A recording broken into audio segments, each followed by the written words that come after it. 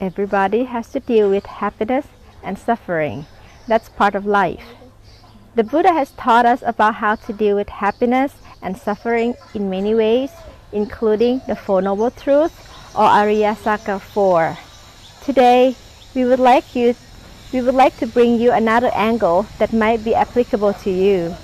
It's about fruitful exertion to enjoy happiness as taken from the Tripitaka middle-length discourse. First, for those not overwhelmed by suffering, do not overwhelm oneself with suffering. Second, do not give up righteous happiness. Third, do not get infatuated even with that righteous happiness. Fourth, strive in the right way to eradicate the cause of suffering. We can interpret this teaching as follows.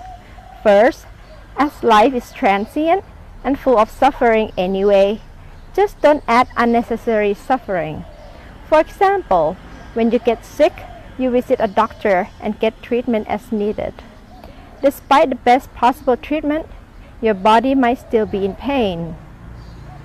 However, if you keep wanting to get well and not be in any pain ever, which is not possible, you'll suffer emotional pain in addition to the physical pain you have already had.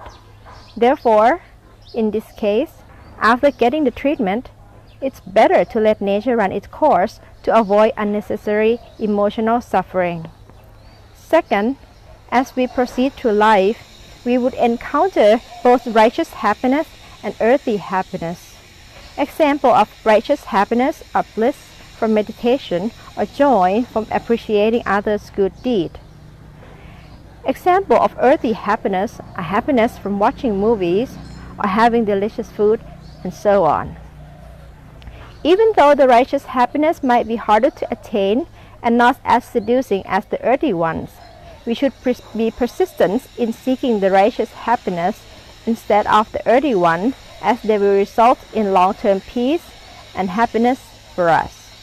Third, as we choose to stay true to righteous happiness, we should not get so attached to them, as we have to recognize the fact of life, that all things in life are transient.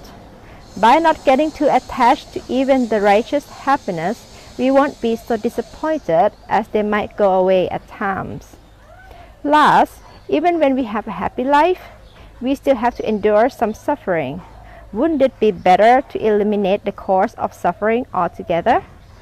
This mission is possible as instructed by the Buddha in the Four Noble Truths.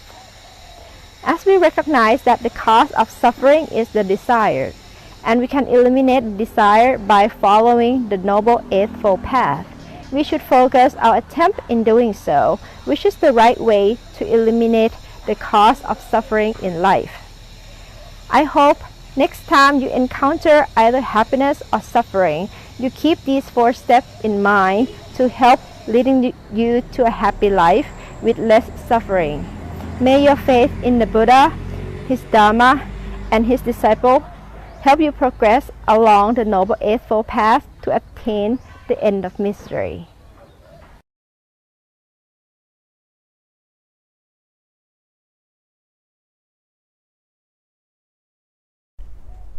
Good morning. Today, let's hear a story from Dhammapada, verse number 348, about a drunk man who got enlightened and achieved Nibbana after hearing just a 4-line stanza from the Buddha. It is a story about a minister named Santati during the time of the Buddha. Since he won over a frontier disturbance, the king gave him the kingdom for 7 days, and also a woman's skill in song and dance. For 7 days, Santati enjoyed himself, drinking deeply. On the 7th day, he went on to the bathing place, fully adorned, riding the state elephant. The Buddha met him on the way, and Santati saluted him from the elephant. The Buddha smiled and passed on. When questioned by Ananda Bhikkhu of the cause that made Buddha smile, the Buddha answered that on the very day, Santati would attain arahantship and then die. Santati spent part of the day amusing himself in the water and then sat in the drinking hall of the park. The woman came onto the stage and sang and danced, but she has fasted for 7 days to acquire more grace of the body, and as she danced, she fell and died. Santati was overwhelmed with a mighty sorrow and straightway became sober. He then sought the Buddha for consolation of his grief. The Buddha preached a 4-line stanza, and Santati attained arahantship and asked the Buddha permission to pass into Nibbana. The Buddha agreed on condition that he rose to the air and told the assembled people the story of his past life. Santati agreed to this. Before he passed into Nibbana and his body engulfed by flame, he related the meritorious deed in his past life during the time of the Buddha named Vipassi, that he became a follower of the Buddha and went about proclaiming the virtue of the Buddha, his teaching or Dhamma, and his disciple or Sangha. The merit from doing so helped him achieve enlightenment after hearing just a 4-line stanza 4-line poem. You might wonder, what kind of poem can bring enlightenment? Here it is. The Buddha said, "Let go of the past. Let go of the future too. Let go of the present and go beyond becoming.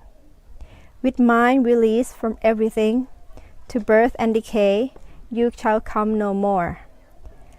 Let's elaborate on the poem a little. So, the past has already been over. We should let go of it because it's no longer here. As the future has not arrived, we should not hold on to it either. It is not right here, right now. And for this moment, if you let go of the concept of self and the becoming of oneself, or the concept of I and mine, if you can see life for what it is, see things as they really are, that life is transient, full of suffering, and non-self, since you have no command over how it might go. Therefore, you should not hold on to or think that it belongs to you. With all this realization, your mind will be released from pain and suffering. Therefore, you will achieve Nibbana and leave the birth-rebirth cycle for good.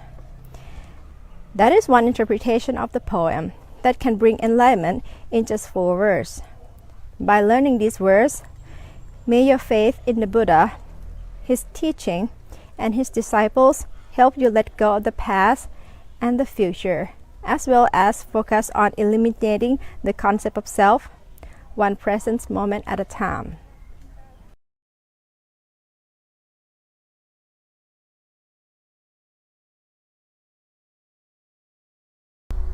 Namo tassa bhagavato arahato samma sambuddhassa. Namo tassa bhagavato arahato samma sambuddhassa. Namo tassa bhagavato arahato samma sambuddhassa. I would like to pay respect to the Blessed One, the teachings of the Blessed One, and the noble disciples of the Blessed One. Good afternoon, everyone. I am Sikhamana Ashiraya from Nirodharam Bhikkhuni Monastery in Jomtong District, Chiang Mai, Thailand.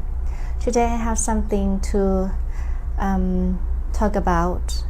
It's called Vimuttāyatana in Pali. In Thai, actually I've looked up on the internet the translation of this word. In Thai, we use the factors to liberation, but in English, I found out that they use the word the sphere of liberation, or the basis of liberation. So I would like to touch on the topic of the vocabulary. Vimutti is liberation in English, and ayatana, this word is very interesting. Ayatana is mean like the 6 sense base. We call ayatana in Pali as well, like the eye, ear, nose, tongue, and body. We call the 6 sense bases. But ayatana in the Vimuttāyatana, I used to listen to a dhamma of Prajan Sirimitta Thera. He said, ayatana is like a factory, is the place where it produces produce things. So Vimuttāyatana we can translate as like a factor or the things that you do that will lead you to liberation. The Buddha said there are 5 spheres of liberation or 5 bases or 5 factors to liberation. The first one is when you hear or when you listen to the Dhamma. The second one is when you teach the Dhamma. The third one is when you recite the Dhamma. The fourth one is when you reflect on the Dhamma. And the fifth one, the last one, is when you meditate, through meditation. Now let we explore more about these 5 spheres of liberation. The Buddha said that when you listen to the Dhamma from the Blessed One himself, or from someone who you respect him or her as a noble teacher. Like in Thai we call Pra Ajahn, right? Everybody has a teacher.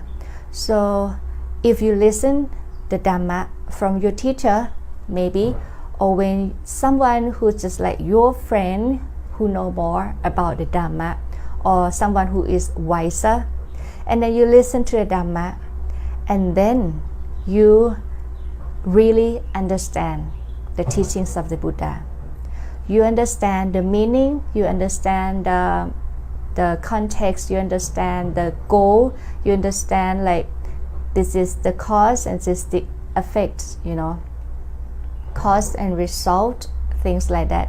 When you really understand, and then you be content, you be happy, you be delight, and then the joy arises. Joy or elation, in Pali we use piti. Then joy arises, and after that there's a tranquility or passathi, and then you're happy, and the happiness leads you to concentration.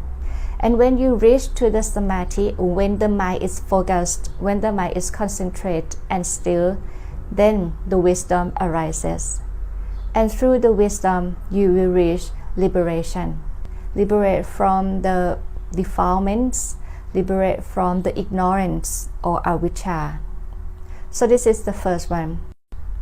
The second one, if you don't have a chance to listen to anyone's Dhamma talk, like at that time no one's giving a talk, or there's no Pra Ajahn or there's no teacher around you, but previously you had listened to someone's talk, and then you be able to teach someone else. Like you can tell your friend, like, okay, this is about Vimuttāyatana or the sphere of liberation. Or you tell your kids, or you tell someone else. For example, like me, now I'm giving a Dhamma talk, right? So this me telling you about the Dhamma. This is another factor, another sphere of liberation. Because when you teach from what you have heard, from what you have learned, and then it's like you have a time to review, right? And when you speak, of course, you have to think first. And when you think, and then, it delivers through your mouth, and then it comes the speech, right? And that will make you understand more, or gain more understanding. And then you go the same process. Be content, joy arises, tranquility arises, happiness, and then concentration. And then last one is liberation. It's just like when you are a teacher. How can I know? Because I was a teacher before I ordained. When I teach, compared to when I was a student. When you are a student, you might think that, okay, you know the lesson. You know things that the teachers taught you, right? Oh, I got an A, I got a B+, something like that, and you think you know. But once you become a teacher, before you teach, you have to review the lesson, right? You have to prepare what you will teach to your students. And when you review, and when you learn more and more, and you read more and more, and then you have to, think here to deliver, to be able to deliver. That stage, it will make you maybe ask yourself like, okay, do I really understand it? Okay, what about this one? Oh, and you try to join the dots, right? When you're a teacher, you try to join the dots, like, okay, this and that, okay, and then 1 and then 2 and then 3 and then 4, okay, this is the cause, this is the result. And then when you try to join the dots in your head to prepare for the teaching, then you gain more understanding, and then can be another factor to lead you to liberation. This is the second one. Next, if you don't have someone who gives the Dhamma talk, if you don't have a teacher around you, and you don't have a chance to teach anyone, but you have a chance to recite, just like in the morning and evening chanting. When you recite the Dhamma or the Blessed One's teachings, and then you'll be able to read, right? You see through the eye, and then you'll be able to read aloud, and then you hear your voice.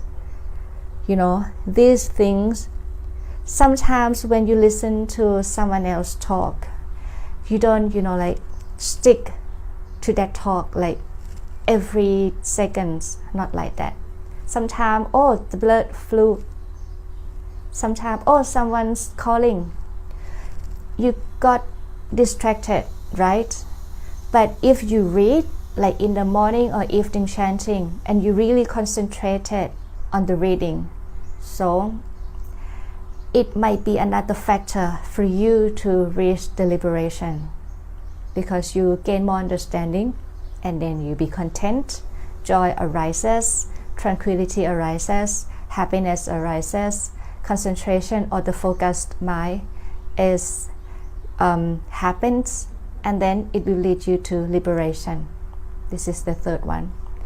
Next, at that time there is no one, give the Dhamma talk. At that time there is no one for you to teach, and you don't have a time to recite. But that time, for example, while you travel to somewhere else and you sit there, there's no one around you, there's nothing to do, you don't bring your textbook or your Pali Canon with you, but at that time you have your free time with yourself. You use that time to reflect on the teachings of the Buddha, the Blessed One. You have time to reflect on what you have learned, what you have heard, and then when you reflect on that, contemplate it, think about, this is the cause, this is the result. Okay, try to join the dots, just like when you're gonna teach, right?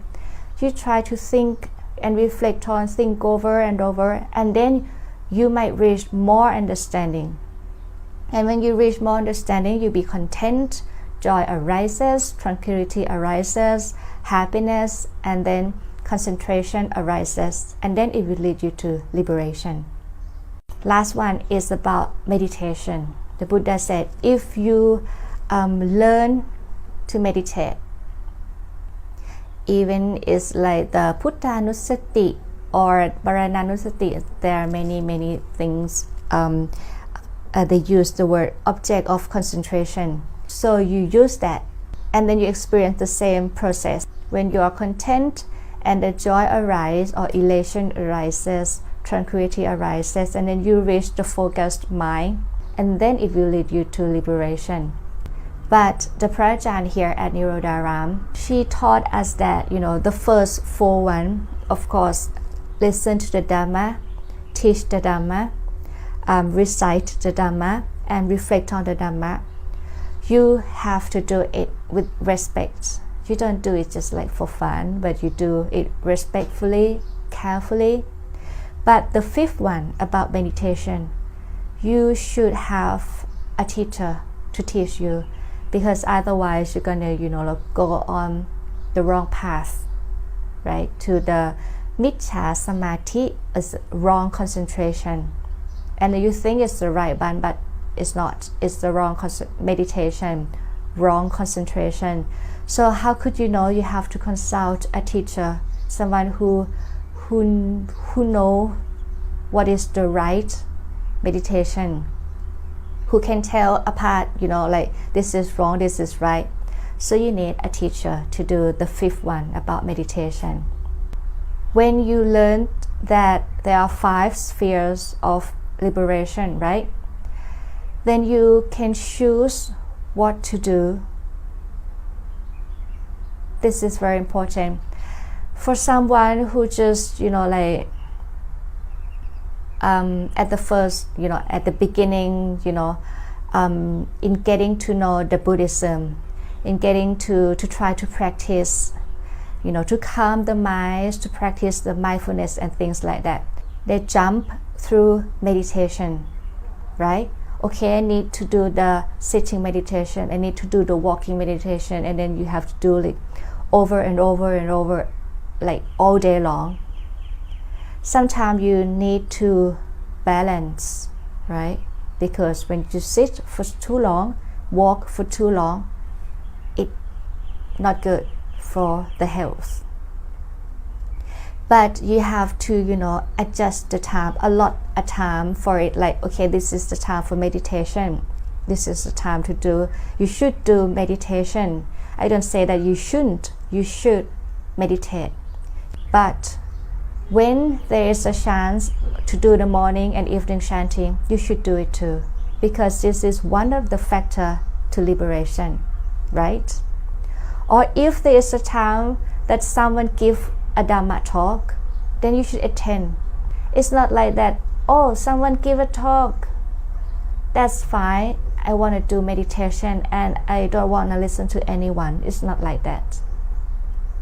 If you study closely, you will notice that the first one, the blessed one said, you listen to the Buddha or the blessed one, or you listen to someone who regard as a teacher, right?